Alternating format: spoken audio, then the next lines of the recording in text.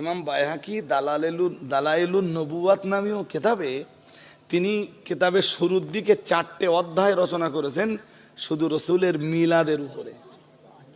সুবহানাল্লাহ বলে না, আর একটু মন খুলে বলুন কিসের উপরে? মিলাদের উপরে। মিলাদুন নবী বললেই কিছু লোকের মাথায় বাস পড়ে। হাদিসের অধ্যায়ে মিলাদুন নবী আছে, শুধু আছে না, মিলাদুন নবীর 4টে অধ্যায় আছে পরপর ইমাম বায়হাকির দালাইলুন নবুওয়াতে, পর পর 4টে অধ্যায়।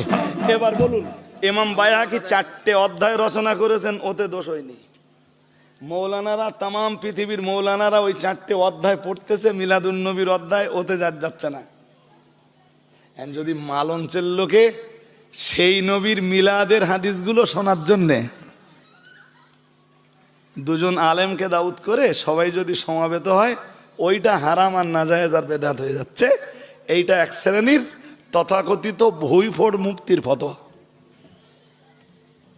নাউজুবিল্লাহ বলুন। হুজুর এসেছেন, আমি সময় নিচ্ছি না, শুধু 15-16 কার্তিক খাদিজা মাদ্রাসার বাৎসরিক ইসালে সওয়াব আপনাদের সবার দাওয়াত থাকলো, যাবেন।